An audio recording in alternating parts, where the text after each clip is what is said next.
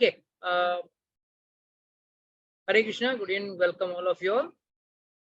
So we were dealing the Ramayana, and last time we completed the killing of Bali, but on public demand, I have to go behind a little, and I have to go and tell you all the story about Shabri. Actually, I wanted to finish off now. It's Ramnavami जाके काफी time हो चुका है, तो मुझे जल्दी आगे बढ़ना था, बट लोगों का रिक्वेस्ट में मुझे वापस पीछे आना पड़ रहा है. So let's come to Shabri story. तो शबरी की स्टोरी के पहले you have to understand the story of Kabandh नाम का राक्षस. When Ram and Lakshman Sita मैया को ढूंढते हुए जा रहे थे, तब जटायु का मुझे I have told you the story ना, कि जटायु को मैंने बताना है, मतलब how is it like? Back story I don't think you told, Prabhuji. You told कि जटायु का भी कोई back story था ना?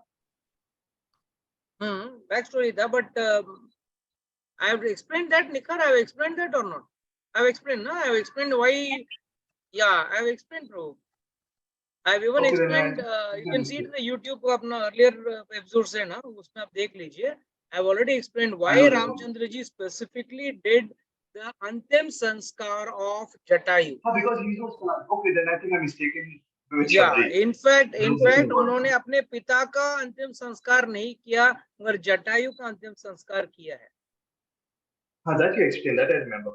Yeah, that I have explained. So now let's come to story of Shabri. So before we go to the Shabri, let's go to Kabandh Naam ka Rakshas. So Kabandh Naam ka Rakshas was a very funny Rakshas.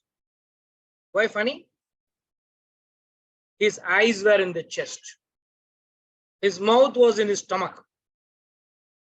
And he had 8-mile long arms.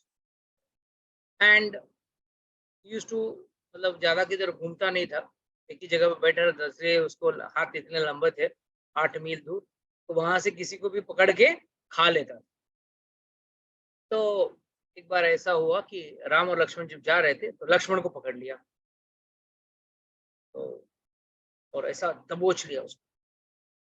तो आचार्यगण यहाँ पे एक सवाल उठाते हैं कि भाई लक्ष्मण जी तो शेषनाग हैं, जो पूरी पृथ्वी को पूरा, there is no one who can control Lakshman जी, वो कैसे एक राक्षस के हाथ में आ गए? तो इसको समझने के लिए एक छोटा सा डायलॉग आपको समझना पड़ेगा.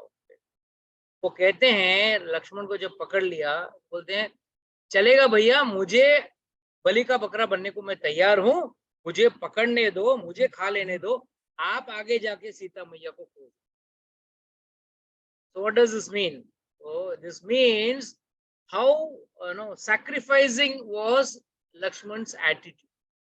लक्ष्मण जी कैसे अपने आप को अपना बलिदान देने को तैयार थे.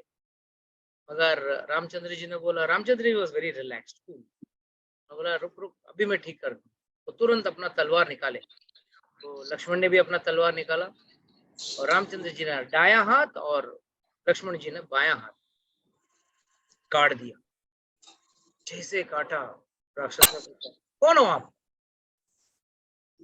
कौन हो आप लोग कौन है? उन्होंने बोला कि माता जी म्यूट एवरीवन. कौन हो आप? तो उन्होंने बोला देखो, मैं राम हूँ, दशरथ नंदन, इक्ष्वाकु कुल का राजा हूँ, और ये मेरा भाई लक्ष्मण है. तो तुरंत बोलता है कि हाँ, मैं आप ही का इंतजार कर रहा था, और फिर अपनी कहानी बताता है. बोलता है कि मैं एक गंधर्व था, एक राजा था, और मैंने तपस्या की, और तपस्या करके मैंने ब्रह्मा जी को खुश किया.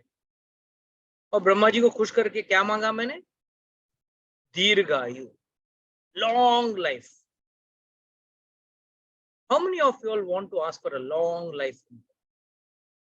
Be honest, सच्ची बात बोलो. कितने लोग भगवान ब्रह्मा जी से, अगर ब्रह्मा जी आ गए, समझो अपने क्लास में आ गए, जूम में आ गए, और ब्रह्मा जी ने पूछा बोलो क्या चाहिए आप लोगों को? आप लोग बहुत सिंसियर हो, हर थर्सडे को क्लास में आते हो, बोलिए क्या वरदान दूं? तो आप लोग क्या मांगोगे? कितने लोग दीर्घायु मांगेंगे? कितने घर गाड़ी बंगला क्या क्या मांगेंगे? बोलिए. Come on, be practical. चलो Nikhar, tell me, what would you ask? अभी अगर ऐसे सामने से आके पूछ रहे हैं तो फिर तो बंदा भक्ति मांग ले, ऐसे टाइम वेस्ट क्यों करना इधर उधर। हाँ तो ये क्या मांगोगे भाई, मैं पूछ रहा हूँ। भक्ति मांग लूंगी। भक्ति तो आपको करनी है, नहीं मतलब वो होता नहीं ये है कि एक कॉमन प्रॉब्लम है।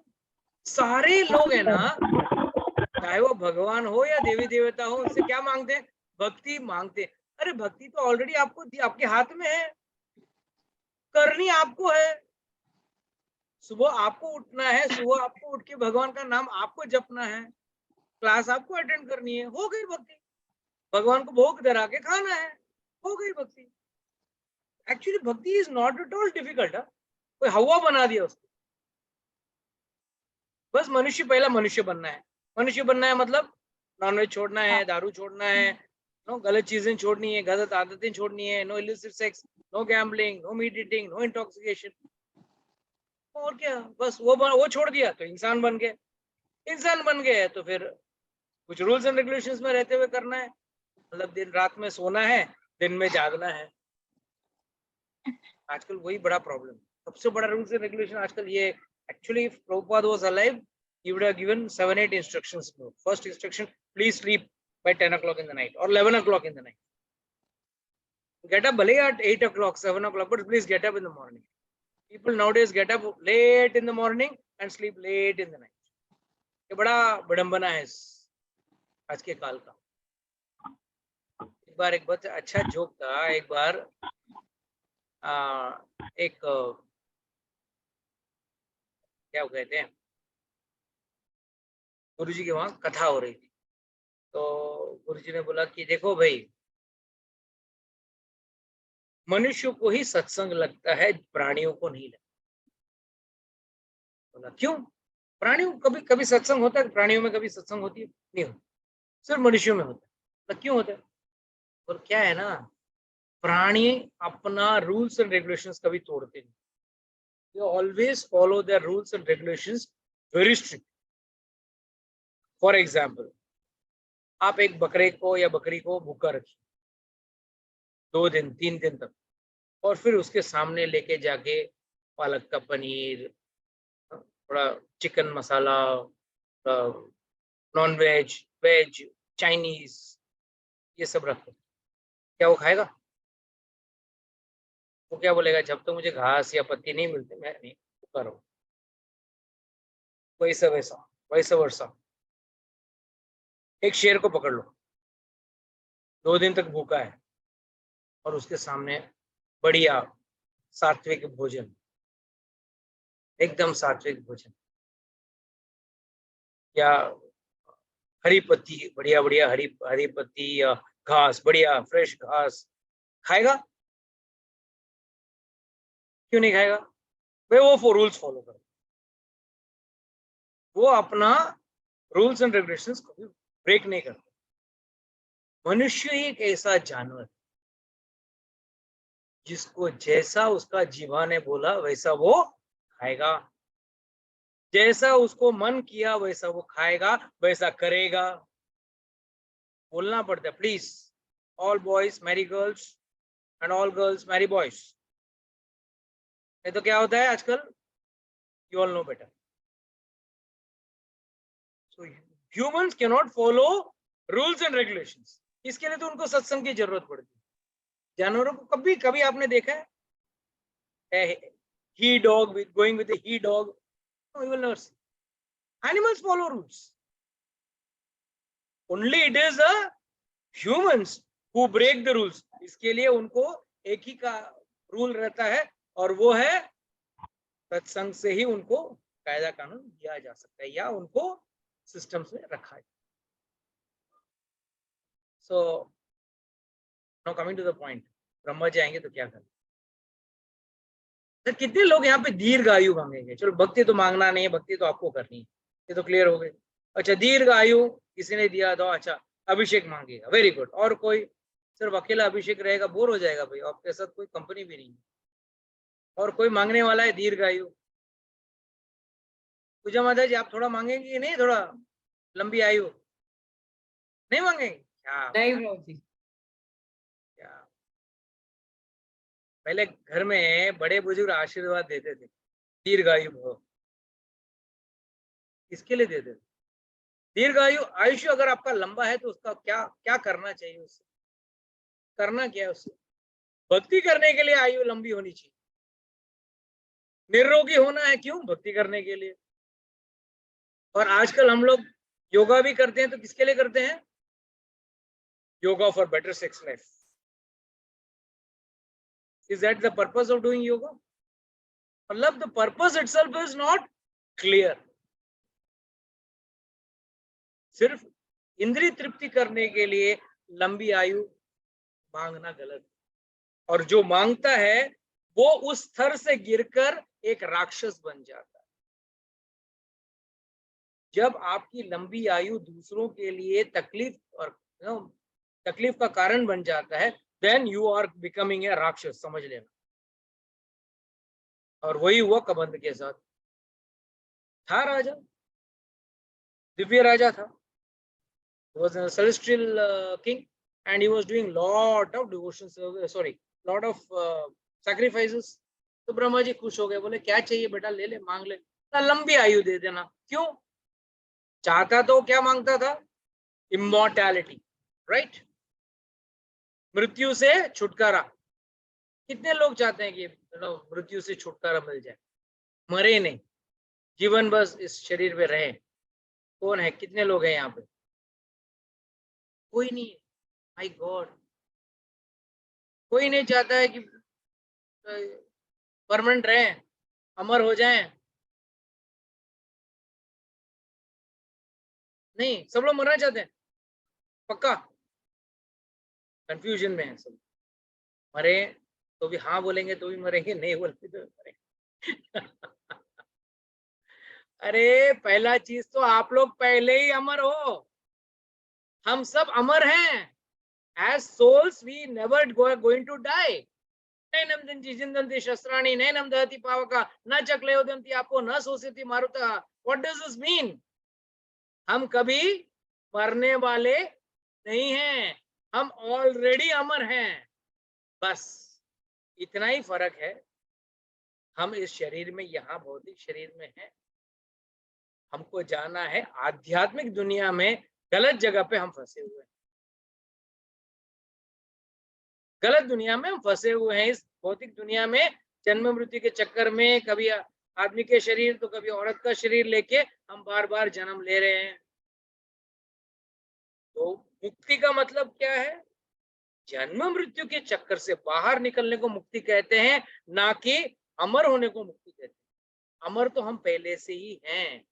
We are never going to die. अनादि काल से हम हैं।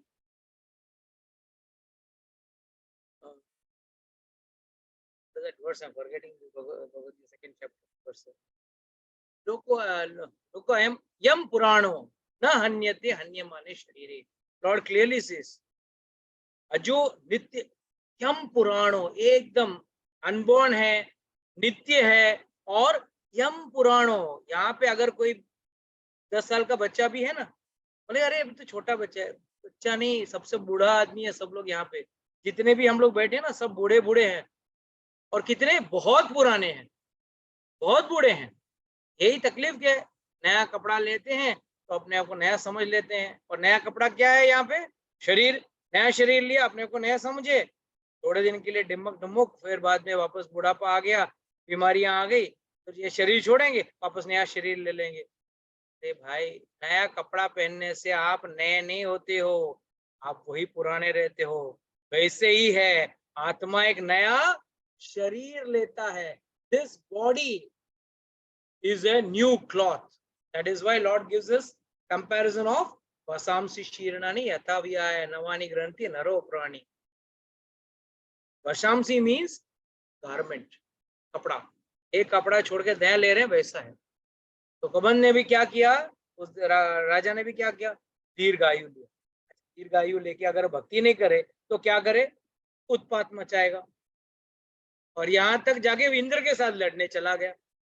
और जब इंद्र के साथ लड़ने गया तब इंद्र ने सीधा अपना वज्र का प्रहार किया। और वज्र का प्रहार करने से क्या हुआ? उसका जो सिर है वो पेट के अंदर चला गया। तो उसने बोला, अरे इंद्र भगवान, मुझे मार दो, ऐसे बेहाल में मत रखो। इंद्र बोला नहीं मारूंगा। क्यों?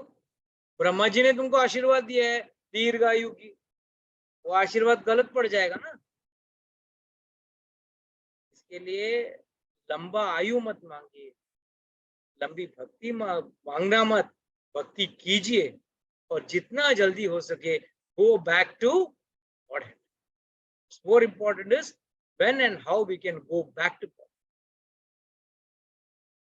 तो तब इंद्र ने छाती में 2 आंखें बिठा दी, पेट में मुंह डाल दिया और उस दिन से लंबे लंबे हाथ बना दिए उसके 8-8 मील दूर। कभी से आता जाता कोई भी प्राणी मिले खा जाता था। तो जब इंद्र ने उसको ऐसा किया तो उसने माफी मांगी, तो मैंने बहुत बड़ा गलती किया, मुझे दीर्घायु का मैंने दुरुपयोग किया, मुझे माफ कर दो। तब इंद्र ने बोला ठीक है, मैं तुझे माफ करने वाला कोई नहीं हूँ, भगवान श्री राम आएंगे वो तुझे माफ करेंगे, तब तुझे अपना दिव्य स्वरूप मिलेगा। एक दिन ऐसे एक ऋषि मुनि जा रहे थे, कबंध ने उसको भी पकड़ा, ऋषि तो अपने आप को बचा लिया और उसने श्राप दे दिया कि तू दीर्घ काल तक ऐसे ही सड़ता रहेगा। तो तब वापस माफी मांगा कबंध ने। तो कबंध को बोला कि जिस दिन राम और लक्ष्मण आएंगे और तुझे जलाएंगे, उस दिन तुझे इस नरक वाली स्थिति से तू बाहर। तब कबंध कहता है प्लीज आप लोग मुझे जला दो, कृपा करो मुझ पे। और राम और लक्ष्मण दोनों मिलके उसको लकड़ा ऊपर डाल के उसको जला देते। जैसे वो जलता है, रामायण में बहुत अच्छा वर्णन है, तो उसके अंदर इतना फैट चर्बी था कि वो घी जैसा काम कर रहा था, जोर जोर से धुआं जल रहा, और आखिर में उसका दिव्य स्वरूप बाहर निकला। उसने भगवान की प्रदक्षिणा की और उनसे याचना की कि मुझे कुछ सेवा दीजिए। तब रामचंद्र जी एकदम भोले बन के, अरे मेरी पत्नी गुम हो गई है, क्या तुमने देखा मेरी पत्नी को? ना मैं आपकी पत्नी को देखा, ना उस राक्षस जिसने आपकी पत्नी को लेके गया, दोनों को मैंने नहीं देखा, मगर मेरा एक छोटा सा विनती है, आप जाके यहाँ पे अभी थोड़े दूर पे एक शबरी नाम की एक बूढ़ी वृद्ध औरत भक्ता है, आप उस भक्ता को दर्शन जरूर दें। उसके बाद रामचंद्र जी निकले शबरी के आश्रम। आई डोंट नो आज कितना आगे बढ़ पाऊंगा शबरी की कथा के आगे, आई डोंट नो। तो शबरी के आश्रम की तरफ जाते हैं।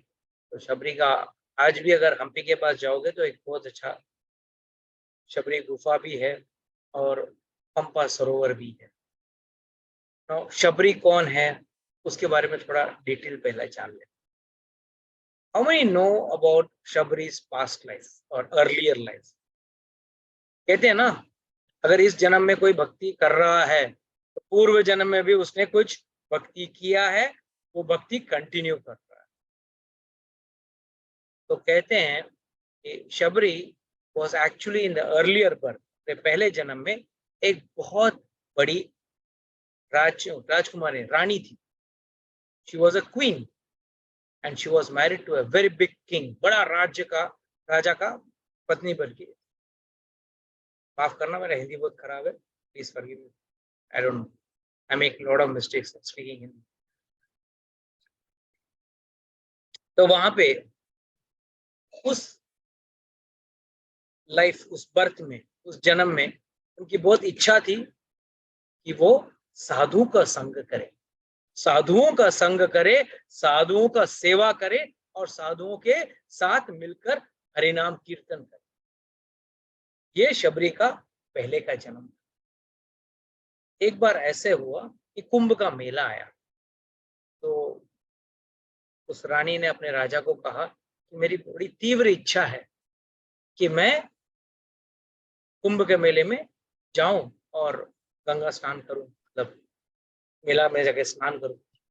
तब राजा ने बोला ठीक है रानी, तुम्हारी अगर ये इच्छा है तो मैं अभी तुम्हारी इच्छा पूरा करूं।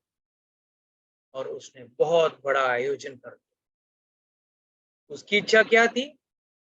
बाकी साधु आएंगे। कुंभ के मेले में लोग जाते क्यों हैं? आजकल तो लोग शौकिया जाते हैं, बट एक्चुअली पहले जमाने में कुंभ के मेले में लोग, आम आदमी क्यों जाता था? ताकि साधु संतों का संग मिले और वहां उनके साथ मिलकर कीर्तन करे, हरि नाम ले, भगवान का नाम ले। उस जन्म में उस जन्म में शबरी का बहुत इच्छा था कि साधु को संत में साथ में मैं नहाऊं, कुंभ के मेले में नहाऊं और आशीर्वाद मिले, उनके साथ करूं। मगर जब वहां पहुंची तो वहां देखा, भाई तुम कोई साधारण व्यक्ति नहीं हो, रानी हो, तो आपके लिए स्पेशल अरेंजमेंट, उनके लिए अलग से एक घाट बनाया गया था। उस घाट में सिर्फ रानी नहाएंगी, बाकी साधु संत अलग से नहाएंगे।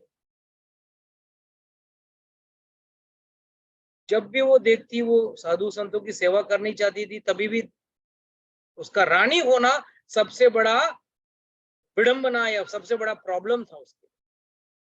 पहले भी उसको साधुओं को भोजन कराना थी, वो कभी बाहर नहीं आ सकती थी, रानी थी तो पर्दे के पीछे ही रहना पड़ता था। बाकी लोग मिलकर साधुओं को पवाते थे, खाना पवाते थे।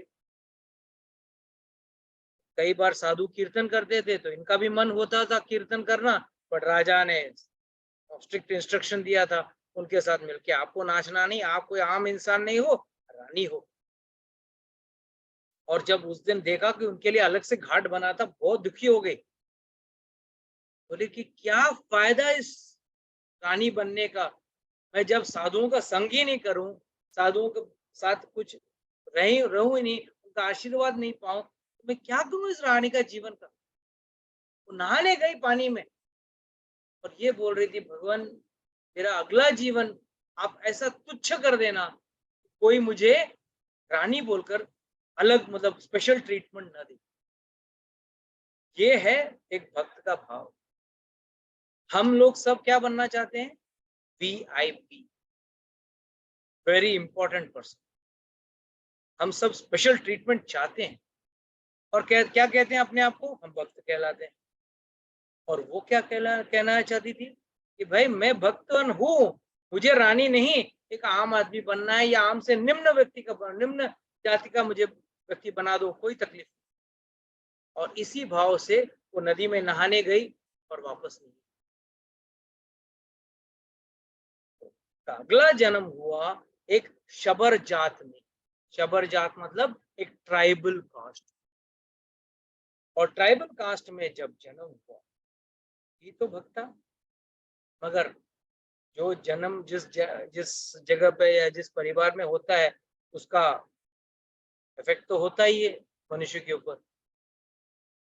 बहुत छोटी उम्र में उसका शादी तय हो गया और लड़का भी तो सीधी बात है शबर जात का ही था। और उसने घर के बाहर देखा कई सारे भेड़ बकरियों को बांध के रखा। तो उसने माँ को जाके पूछा, माँ कल मेरी शादी है तो इतने भेड़ बकरी क्यों बांध के रखे, इतनी सारी पशुओं की जरूरत क्या? नहीं बेटा, कल तेरी शादी है, सारे अपने बिरादरी के लोग आएंगे, मेरे घर वाले, पिता, तुम्हारे पिता के घर वाले, तुम्हारे होने वाले पति के घर वाले, सब आएंगे और सबको हमको बढ़िया नॉनवेज खिलाना है। तब शबरी को लगा, अरे क्या मेरा शादी, मेरी खुशी किसी और का जान लेकर पूरी होगी? कितने लोग हैं इस दुनिया में जो ऐसा सोचते हैं? So many people want to party, right? Everyone want to party, birthday हो, celebration हो, marriage anniversary हो, and imagine आपकी खुशी के लिए आपके प्लेट में कोई जानवर को मार के डाल दिया हो, तो कैसे आप खुशी मना सकते हैं जब उस जानवर के परिवार के घर में मातम मनाया हो?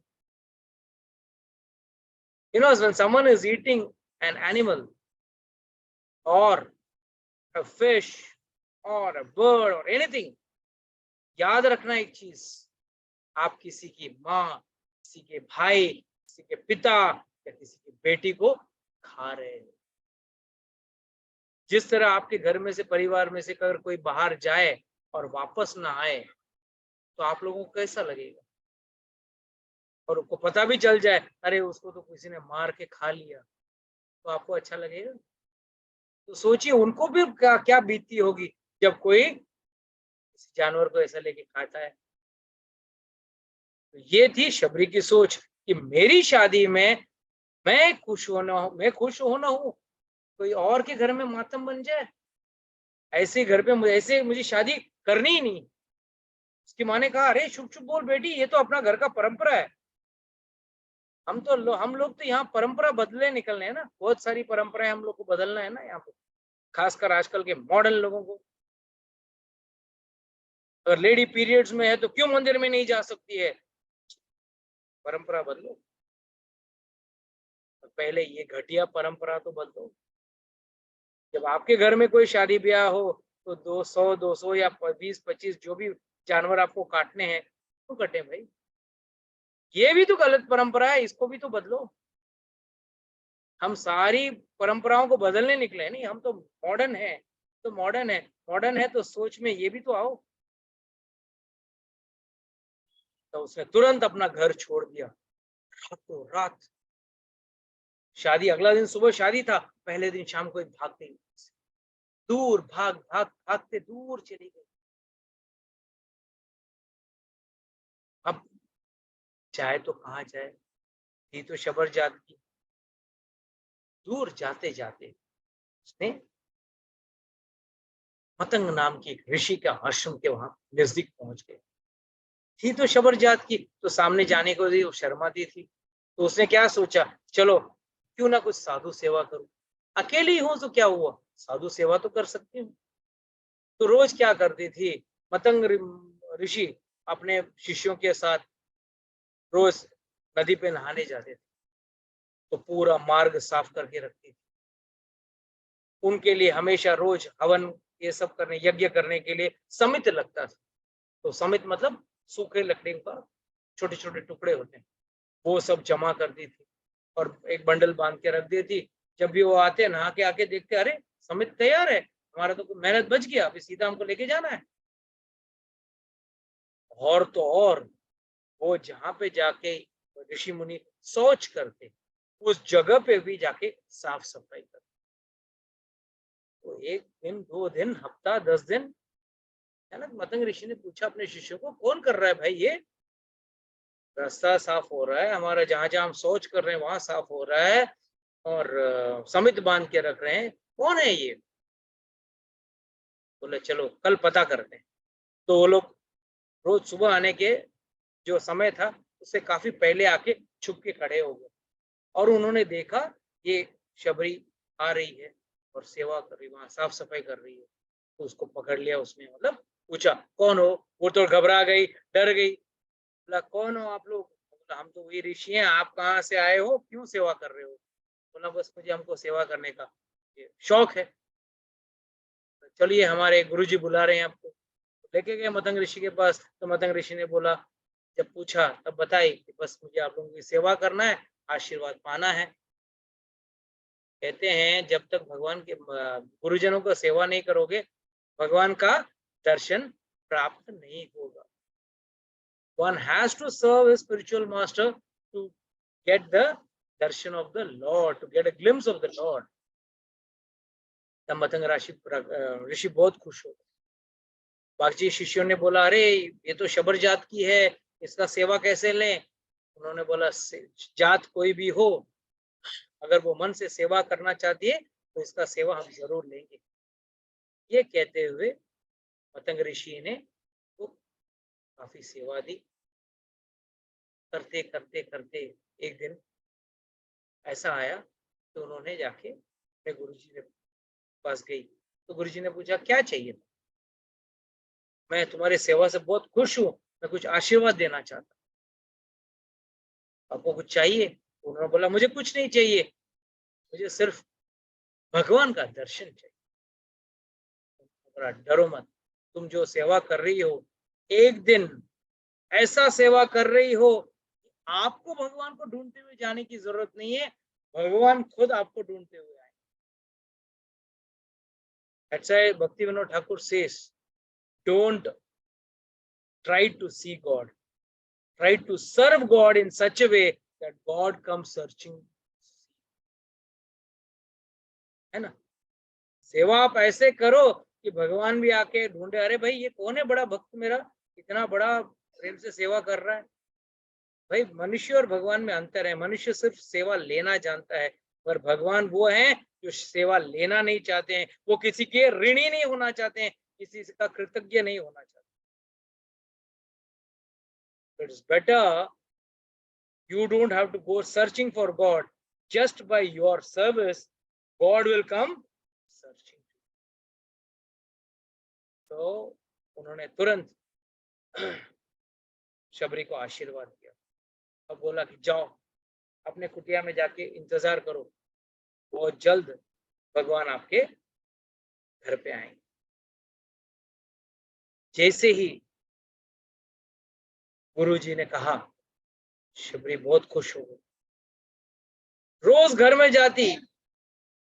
अगर कोई मेहमान आने वाला हो आपके घर में, आप घर कैसे रखोगे? साफ सुथरा रखोगे, नहीं तो एकदम घर उल्टा नीचे रहे।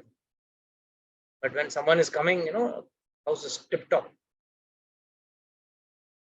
How many of us really keep this house tip top for the Lord to come? भगवान के लिए कितने लोग अपने घर को साफ सफा रखते हैं? मेहमान के लिए करेंगे, तो कोई बर्थडे है, फंक्शन है तो करेंगे, पर भगवान के लिए कौन करता है? But Shabari used to do. रोज भगवान आ रहे वाले हैं, गुरुजी ने ये नहीं कब कहा कब आएंगे, और गुरुजी के शब्द पे उनको पूरा विश्वास। यस, गुरुजी ने कहा तो जरूर आएंगे। अगर मेरे गुरु कभी गलत नहीं हो सकते। That conviction one should have, faith one should have.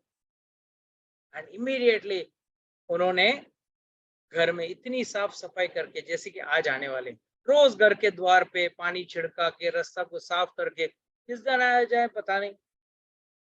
और रोज फल जंगल में मिले क्या? जंगल में तो आपको जोमेटो और स्विगी तो मिलेगा नहीं, तो ना ही आपको कोई फास्ट डिलीवरी मिलेगा, like McDonald's and all that. That's why Sabari is different. हम लोग आजकल कोई मेहमान आते हैं तो क्या करते हैं? अरे रुकिए रुकिए, क्या कौन बनाएगा, कौन मेहनत करेगा, अभी फोन किया 10 मिनट में आ जाएगा आपके पास। मगर Shabari was not like that. Shabri was a devotee. And what does a devotee do? He takes special care of his God. रोज भगवान के लिए अच्छे फल फूल कंद मूल लेके रखो। दिन बीते, साल बीता, सालों साल बीत गए, पर शबरी's faith was never dwindled.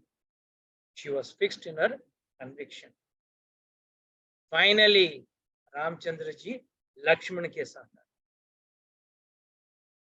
Ramchandra ji Lakshman के साथ घूमते घूमते आ गए, ढूंढते ढूंढते आए।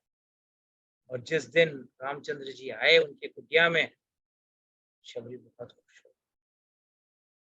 She was mad with happiness. She welcomed the Lord. She washed his feet, not just with water. सिर्फ जल से उन्होंने उनका चरण नहीं धोया, अपने आंखों से आने वाले अश्रु थे, उससे भी उनके चरण। जैसे रामचंद्र जी आए, बैठे, बड़े प्रेम से उनसे व्यवहार किया और उनके लिए झूठे बेर खिलाए, है ना?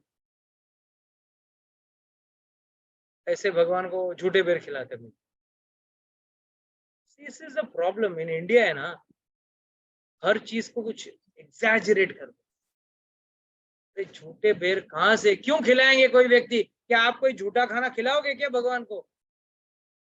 अरे अभक्त व्यक्ति भगवान को झूठा नहीं खिलाता है, तो भक्त आदमी इतने सालों से भगवान की राह देखता हो, वो झूठे बेर क्यों खिलाएगा? इसमें कहते हैं जब वो जंगली बेर तोड़ती थी, मतलब बेरीज, वो चेक करती थी। जैसे अगर आप घर पे ग्रेप्स लेके आ जाओ, अंगूर का पूरा गुच्छा आता है, और उसको टेस्ट कैसे करते हैं? दुकान वाला भी कैसे टेस्ट कराता है आपको? उस गुच्छे में से एक पीस निकाल के देता है, खा के देखो। ऐसा नहीं कि पूरा गुच्छा दे देता है, एक एक करके खा के देखो। तो उस गुच्छे में से एक बेर शबरी ने खाए, ये मीठा है, ये मेरे प्रभु को बहुत पसंद आएंगे। उसने वो बेर निकाल के बाजी। तो ऐसे काफी बेर जमा किए थे, तो इसके लिए लोग कहते हैं कि शबरी के झूठे बेर। झूठे बेर का मतलब क्या है? उन बेर को उसने चखा, पूरे सभी बेर को खाए नहीं। ऐसा नहीं कि हर बेर को खाया, देखा टेस्टी है, ले खा, ले टेस्टी है खा, ऐसे नहीं खाया। उस गुच्छे में से एक बेर को निकाला, देखा, टेस्ट किया, अच्छा है, मीठा है, हमारे मेरे प्रभु को आनंद आएगा इसको खाने में। वो बेर उन्होंने टेस्ट करके, क्वालिटी कंट्रोल करके भगवान को खिलाए। यहाँ पे कहते हैं जब जब प्रभु श्री राम उस बेर को खाते, बड़ा वाह क्या बेर है, वाह। लक्ष्मण को बड़ा आश्चर्य लगा।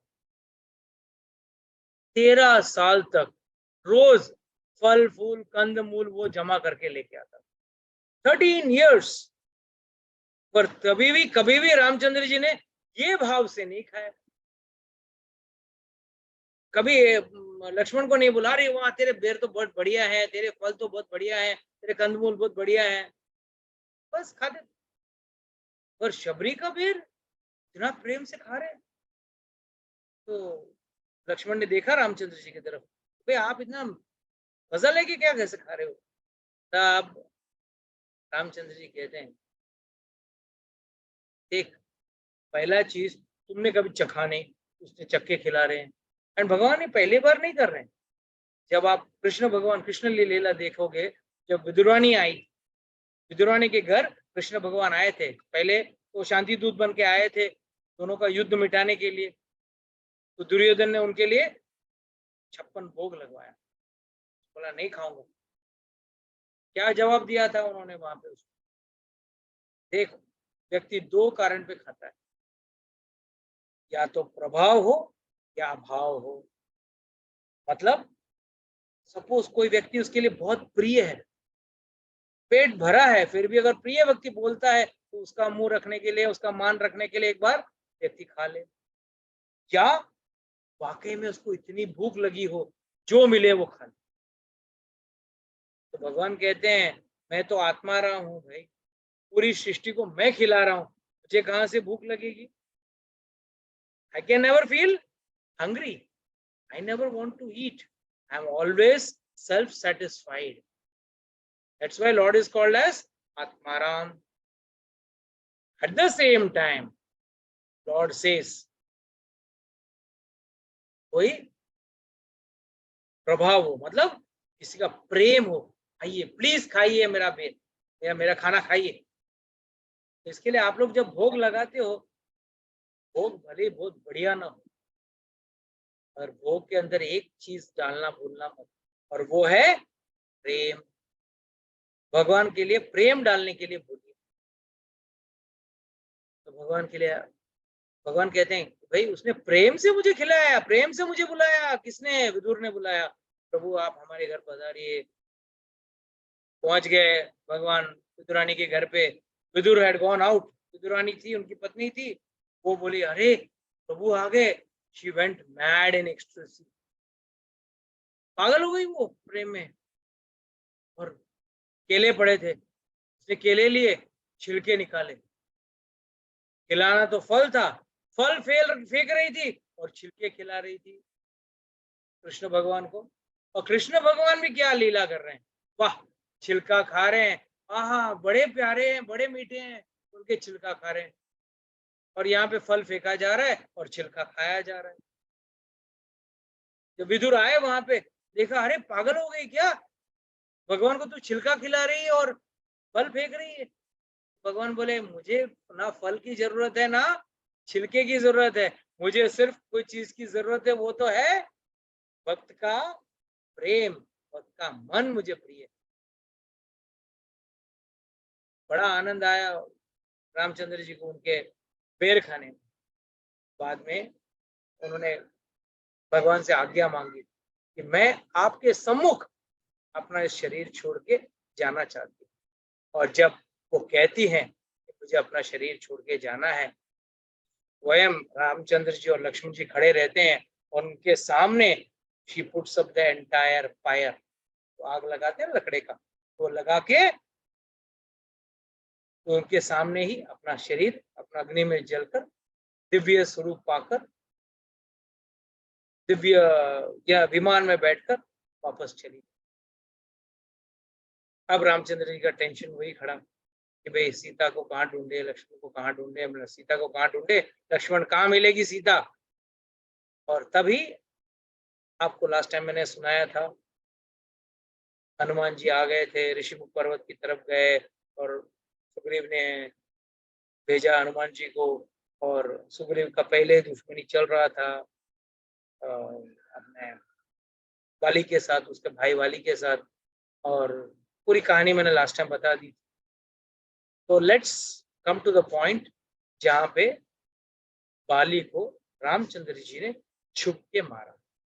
मैंने लास्ट टाइम एक इम्पोर्टेंट स्टोरी बताया था आप लोगों को कि पहली बार जब सुग्रीव लड़ने गया पिटा, पूरी तरह पिटा, मगर अगली बार जब गया रामचंद्र जी ने बराबर मार दिया। और रामचंद्र जी ने तभी क्या बहाना बताया कि भाई दोनों बंदर एक जैसे दिखते हो, किसको मारूं किसको छोड़ूं समझ में नहीं आ रहा था, मुझे ये पता नहीं चल रहा था कि कौन वाली है कौन सुग्रीव है।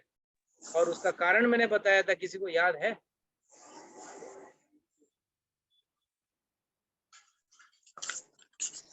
लक्ष्मण जी का लक्ष्मण जी। हाँ क्या बोलिए, please speak. Should I say? हाँ, anyone can speak. It's open for. You didn't offer a seat to Lakshman Bhagwan ji. हाँ, तो what was it? It was a अपराध, वैष्णव अपराध। वैष्णव अपराध।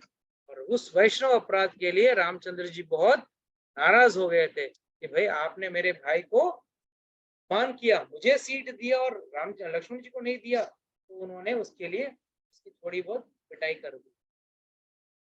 मगर अगली बार बाली को एक ही बाण में मारा।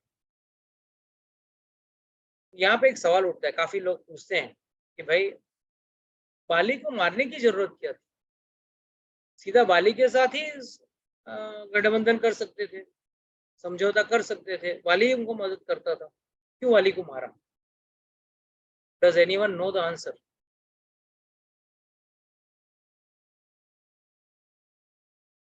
किसी को इसका जवाब पता है?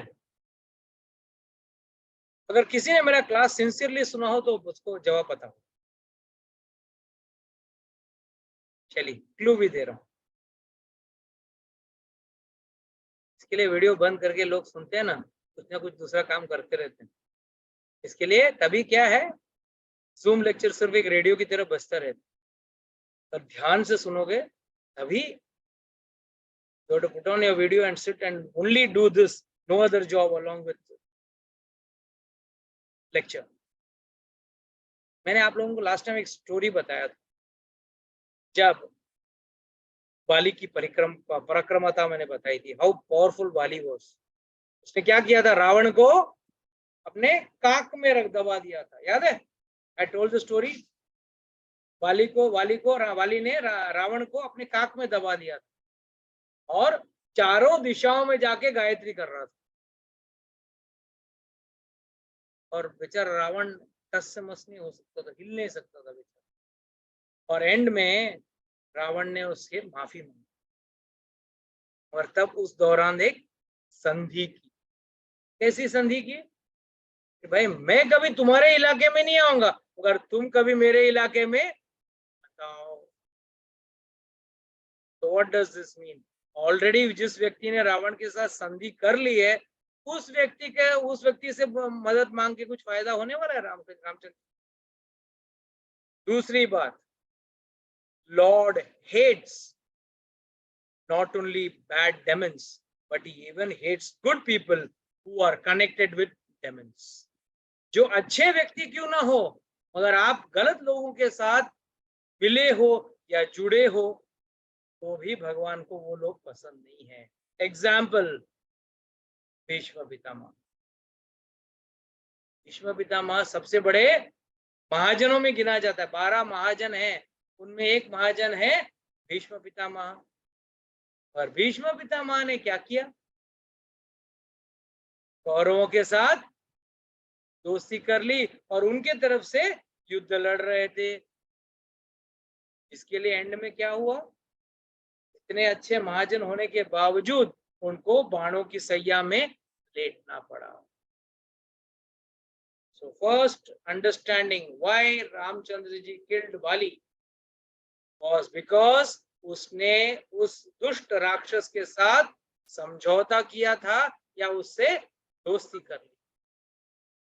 तो याद रखना, अगर आप कितने ही अच्छे व्यक्ति क्यों ना हो, अगर बुरे व्यक्ति के साथ आपकी दोस्ती हो, आपकी साठगांठ हो, तो भगवान के लिए आप अप्रिय हो।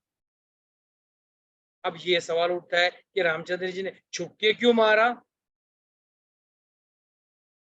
ऑलरेडी मैंने पहले ही बताया, वाली को एक वर मिला था। कौन सा वर? जो भी व्यक्ति उसके सामने दुश्मन, जो भी दुश्मन उसके सामने लड़ने आ जाए, उसका आधा बल वाली के पास आ जाएगा। इसके लिए वाली वॉज लिटरली इनविंसिबल, उसको कोई नहीं हरा सकता था, कि जो भी जाता अपना आधा बल उधर ही खो देता था। तो वाली को कैसे हरा सकता है? वाली उसको मार देता था। तो इसके लिए रामचंद्र जी को कंडीशन 1 छुप के ही मारना था। ये रामायण में एक बहुत अच्छा प्रसंग है, जब वाली लेटे हैं, बाण लगी हुई है, बहुत दर्द में है, और तुरंत तारा उनकी पत्नी भाग के आती है। Tara is a daughter of Brihaspati, she is said to be an ansh of Brihaspati. और बहुत दोनों, वो और अंगद दोनों आके रोने लगे। तब वाली पूछता है रामचंद्र जी से, हे प्रभु, मेरा और आपका तो कोई दुश्मन ही नहीं है, तो आपने मुझे क्यों मारा?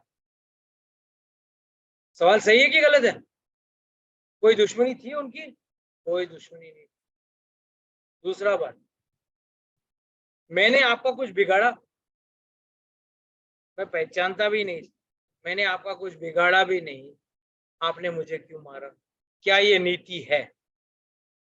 How many people agree to this? ये सवाल काफी पूछा जाता है। Yes, anybody can speak.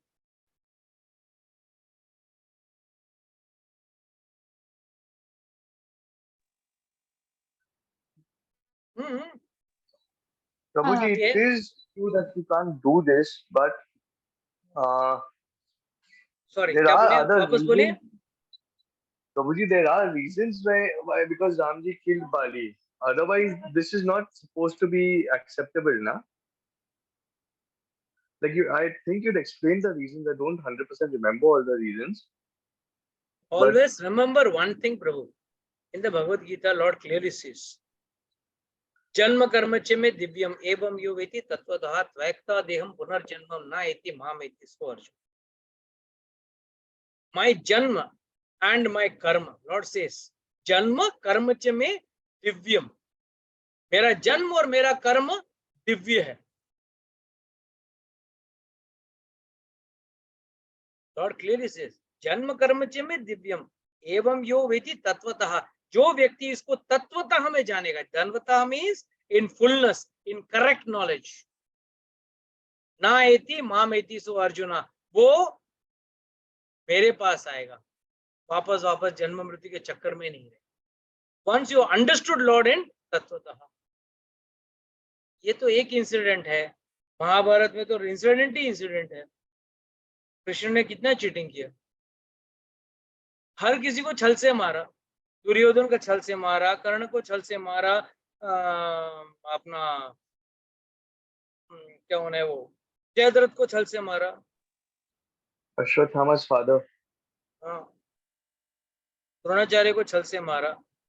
So then in all the cases you should have to condemn God, condemn you are a cheater, अब सबसे बड़े चीटर हो। Problem is people see from their perspective.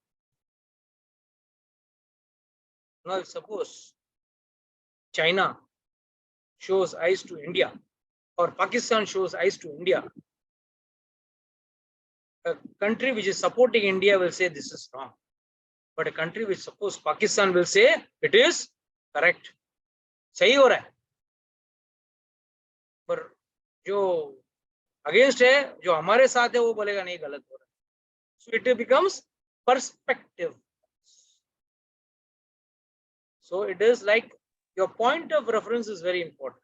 लोग अक्सर ये एक जनरल मतलब एक बार दो टुकड़ा बोलते हैं ना, this is wrong. You have to see with respect to what context.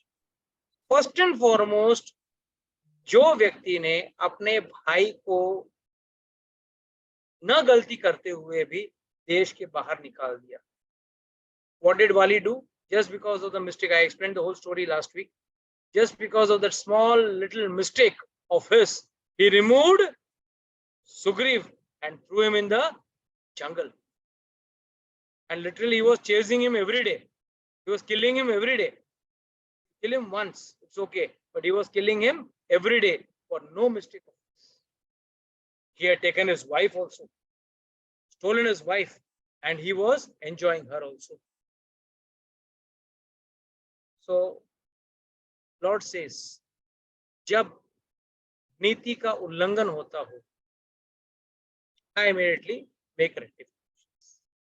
So there Ramchandra ji gives a couple of explanations. First and foremost, he gives an explanation. See, you have done this mistakes. तुमने सुग्रीव को घर के बाहर निकाल दिया, उसको तकलीफ दे रहे थे, उसकी पत्नी को अपने पास ले लिया. For all this, what you have done, I have punished you. You will say, how can I punish you? Who is a Chakravarti Raja?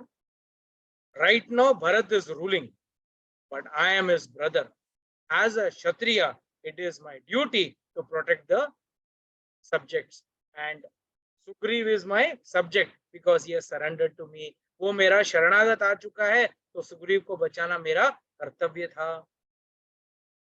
और मैं चक्रवर्ती भरत, फिलहाल भरत राजा है, मैं राजा नहीं, बट मैं उसका एक भाई होने के नाते मैंने आप शासन को मेंटेन करने के लिए, मतलब गलत चीज को रोकने के लिए मैंने आपको मारा. दूसरा, आप तो एक जानवर, जानवर दो तरीके से. एक, yes you are a monkey, और मंकी को मारना कोई गलत कार्य नहीं करता. क्षत्रिय, क्षत्रिय जंगल में जाता है ना हंटिंग के लिए, और जब कोई भी जानवर उत्पात मचा रहा हो तो उसकी उत्पात को रोकने के लिए उस जानवर का शिकार करता है. और शिकार में कोई जानवर को चेतावनी नहीं देता है, हे मैं आ गया हूं, मैं चुपके मार रहा हूं, सामने से आ रहा हूं, कुछ नहीं, अपना सीधा बाण निकालता है और चला देता है. उस तरह मैंने भी एक क्षत्रिय होने के नाते तुम्हारा शिकार किया है. और आचार्यगण एक स्टेप और कहते हैं कि भाई, जो भक्ति छोड़कर, क्या कहते हैं, भक्ति छोड़कर सिर्फ आहार, निद्रा, भय, मैथुन में लगा हो, eating, sleeping, mating and defending में लगा हो, वो कैसा व्यक्ति है? पशु बिन समान. वो पशु के समान है, और पशु कभी भी कट सकता है, मनुष्य की जाति में आता नहीं, या कम से कम हायर इवॉल्व्ड स्पीसीज में नहीं. इसके लिए रामचंद्र जी कहते हैं, मैंने इसके लिए तुमको मारा. तब वाली की आंखें खुलती है, वो काफी माफी मांगता है और कहता है कि प्लीज आप मुझे माफ कर देना. एंड ही टेल्स सन अंगद कि भाई आगे से तुमको रामचंद्र जी के शरण में रहना है, और वो जैसा कहते हैं वैसा करना. तो रामचंद्र जी कहते हैं कि ठीक है, डोंट वरी, तुम्हारा बेटा अंगद ही आगे जाके राजा बनेगा, हमारा बाद हमारा भाई सुग्रीव राजा रहेगा, और उसके बाद अंगद ही राजा बनेगा. ये सब कहने के बाद सुग्रीव का राजाभिषेक होता है और सुग्रीव को राजा बना देता. तभी उस वक्त बारिश का मौसम शुरू हो जाता है. तो बोलते हैं ना बारिश की ऋतु आ जाती, तो अब 4 मंथ्स कुछ काम नहीं होगा, बारिश पे कुछ काम होगा नहीं, कहाँ ढूंढेंगे, किधर ढूंढेंगे। तब रामचंद्र जी और लक्ष्मण उनके किष्किंधा के नजदीक ही एक पहाड़ के ऊपर एक गुफा है, उस गुफा में जाके बैठ गए। राह देख रहे थे कि सुग्रीव ने वादा किया था कि बारिश जैसे खत्म हो जाएगा मैं अपने लोगों को भेजकर सीता को ढूंढूंगा। पर यहाँ पे वक्त जाते जाते व्यक्ति अपना वादा भूल जाता है। हम भी तो वही करते हैं, भगवान को वादा करते हैं हम भक्ति करेंगे, और जैसे भगवान ने हमारे जीवन में कुछ प्रमोशन, बड़ा बिजनेस बढ़ा दिया, कुछ कर दिया, तो तुरंत हम भक्ति करना छोड़ देते हैं। कारण क्या बोलते हैं, क्या करें प्रभु जी, इतना बिजनेस बढ़ गया, इतना काम बढ़ गया, ऑफिस में इतना प्रेशर आ गया, अब मेरे पास टाइम ही नहीं भक्ति करने की। और भगवान को ये चीज बिल्कुल पसंद, और भगवान को पसंद हो ना हो, गुरु को कोई भी कभी भी ये चीज पसंद नहीं होती है। और सुग्रीव के साथ भी यही हुआ, वो भी खुश हो गया, राजा बन गया हूँ, अब पत्नी है, तारा भी उसकी पत्नी बन गई, बंदरों में तो सब चलता है, एंजॉयिंग लाइफ, किंग साइज, खूब मदिरा पी के आराम से रहता था। एक दिन लक्ष्मण को आया गुस्सा, भैया मैं तो अब पूरी किष्किंधा को जला दूंगा, अब बारिश खत्म होने के लिए बस कुछ दिन बाकी है और अभी तक सुग्रीव ने कुछ कार्य नहीं किया है, उन्होंने वादा जो किया वो पूरा करने का कुछ लग नहीं रहा है मुझे, कुछ अभी मुझे तुरंत करना पड़ेगा।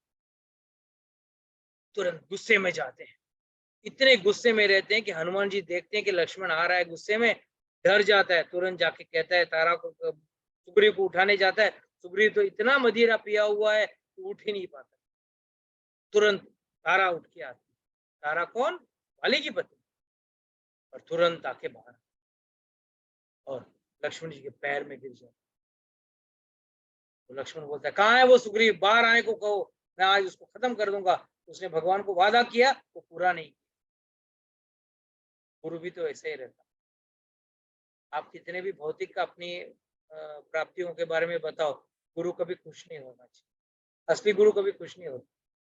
हाँ, अगर आप सबके आध्यात्मिक प्राप्ति के बारे में कुछ कहोगे तब गुरु खुश हो, और जो भगवान के प्रति आपने जो वादा किया है अगर वो नहीं निभाओगे तभी भी गुरु नाराज हो जाता है। उसी तरह लक्ष्मण भी तभी नाराज हो गया था, तो बोला बुलाओ, बाहर निकालो उसको। कहते हैं आप क्यों चिंता कर रहे हो, आप नाराज छोड़ दीजिए, आपका गुस्सा छोड़ दीजिए पहले। और तभी वो नीति की बात कहती है देखो आखिर में सुग्रीव है तो बंदर, और बंदर अपने बंदर हरकत से छुटकारा नहीं पा सकता है, मगर ऐसा नहीं कि उसने आपका काम नहीं किया है, ऑलरेडी उसने अपने लोगों को भेज दिया है, एजेंट्स को भेज दिया है। अब वो लोग पता कर रहे हैं कि कहाँ पे बंदरों को बुलाया जाए, कि पूरे भारतवर्ष में रीछ, बंदर, भालू ये सब फैले हुए थे, लंगूर, सब वैरायटीज के बंदर, काफी रामायण में काफी डिटेल्स में दिया गया है, सबको जमा कर रहे हैं और कुछ ही दिन में यहाँ आ जाएंगे और फिर उनको एक टास्क दिया जाएगा। तब लक्ष्मण थोड़े ठंडा हो जाते हैं और वापस जाते हैं, बट तब सुग्रीव डर जाता है, तुरंत काम पे लग जाता है। जीवन में ऐसे ही होता है ना, जब आप भी अब थोड़ा भटक जाते हो, गुरु बीच बीच में आता है और आपको थोड़ा डांटता है, पर आजकल का जमाना अलग है, जैसे गुरु डांटता है शिष्य गुरु को छोड़ के भाग जाता है, नया गुरु ढूंढ लेते, अच्छा है, टेंशन नहीं, नए गुरु को पता नहीं है ना आपके पुराने कांड क्या है, आपको पता नहीं। तो तुरंत लक्ष्मण जाता है और तुरंत सब बंदरों को बुलाया जाता है, तब रामचंद्र जी को भी बुलाया जाता है, और तब एक काफी बड़ा वर्णन है, सुग्रीव पूरा डिटेल बताता है, 4 टीम बनाता है, 4 teams, 1 going north, south, east, west, 4 teams going to 4 directions, चारों दिशाओं में 4 टीम बनाता है। और चारों टीम को चारों दिशाओं के बारे में परफेक्ट ज्ञान देता है कि वहां पे ऐसा रहेगा, यहाँ पे दलदल रहेगी, यहाँ पे पहाड़ रहेगा, वहां पे ऐसे लोग रहेंगे, वहां पे ऐसे लोग रहेंगे। तो सब लोग सोचते हैं यार पता कैसे चलता है। तो लोग पूछते हैं भाई आपको कैसा पता है इतना डिटेल में पूरा ज्योग्राफी बारे में, आपको पूरा ज्योग्राफी, कहाँ पहाड़ है, कहाँ नीचे है, कहाँ झरने हैं, कहाँ नदियां हैं, सब पता है उसको। तब कहता है क्या करूं, जब बाली ने मुझे परेशान किया था, मुझे भगाया, तब मैं चारों दिशाओं में भागता था, इसके लिए मेरा ज्योग्राफी परफेक्ट है। कहते हैं ना जो रोज दिन भर भटकते रहते रास्ते में, तो पूरा रास्ते का हर गली पता ही रहता है, याद रहता है। तो उसी तरह बेचारा इतना भटक चुका था तो उसको हर गली याद रहती, तो बताते सारे। तो सारे टीम्स निकलते हैं, मगर स्पेशल टीम निकलती है साउथ के लिए। साउथ का टीम में कौन कौन होता है? लीडर रहता है जामवन, साथ में है अंगद और हनुमान जी। ये सारे बहुत सारे बंदर हैं, और खासकर मेन प्लेयर्स, मेन हीरोज, ये 3 हीरोज रहते हैं, और ये जाते हैं साउथ के टीम, साउदर्न दिशा में। यहाँ पे जब हनुमान जी निकलते हैं, तब रामचंद्र जी जाके हनुमान जी को बुलाते हैं और अपने हाथ में से अंगूठी निकाल के हनुमान जी के हाथ में, और कहते हैं कि अगर सीता मिले आप उनको ये अंगूठी दे देना। लोग कहते हैं हाँ भगवान कौन है, साधारण सा मनुष्य है, लंपट की तरह अपने बीबी के लिए रो रहा है, और लोग, तुम लोग भी पागल हो, तो क्या बोलते हैं वो, फैनेटिक हो, कुछ भी बोलता है कोई। 4 साधु बोलते हैं कि भगवान है, आप लोगों ने मांग लिया। अरे सोचिए, 4 टीम्स जा रही है 4 दिशा में, मगर बराबर उसी व्यक्ति के हाथ में दिया, तो पता था कि ये टीम को ही सीता मिलने वाली है। Why he didn't give? अगर चाहते तो वो पूरब की तरफ जाने वाली या पश्चिम की तरफ जाने वाली टीम के हाथ में भी दे सकते थे। अगर हम मनुष्य जैसे होते तो किसी को भी रैंडम में देते, और उन्होंने बराबर चुन के हनुमान वाली टीम को दिया जो दक्षिण की तरफ जा रही। तो उनको रामचंद्र जी को पता था सीता मैया कहाँ है, यही तो है भगवान की पहचान। और अब क्या लीला कर रहे हैं? मनुष्य की लीला। और मनुष्य का मतलब क्या है? असहाय, हमेशा पीड़ा से ग्रस्त, वो है मनुष्य। अभी भी देख लो, किसी ना किसी को कोई ना कोई प्रॉब्लम तो रहेगी ही रहेगी। किसी को कोई तन दुखी, तो कोई धन दुखी, तो कोई मन दुखी, और सबको कोई ना कोई दुख जरूर है।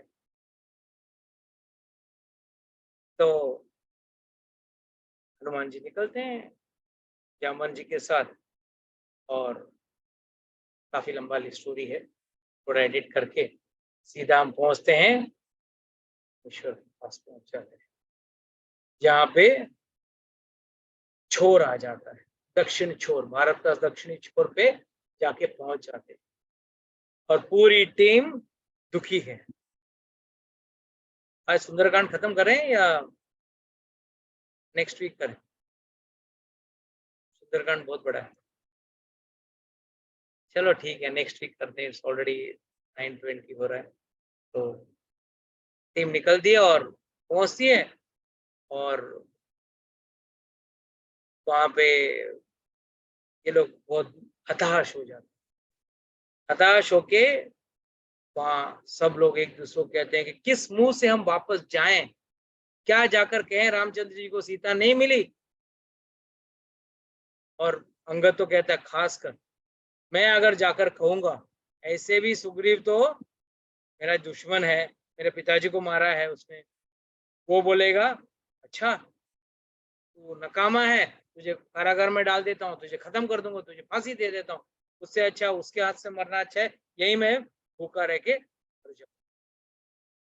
सब बंदर यही सोचते हैं कि मैं यहाँ भूखा रह के अपना प्राण त्याग दूं, ना कि हम वापस किष्किंधा जाएं। हम ना बोल के जाएंगे तो रामचंद्र जी और दुखी हो जाएंगे। उससे अच्छा ये है कि हम यही अपना प्राण त्याग देंगे, और रामचंद्र जी सोचेंगे कि आज नहीं तो कल आएंगे बोल के आस में जीवन कटती रहेगी।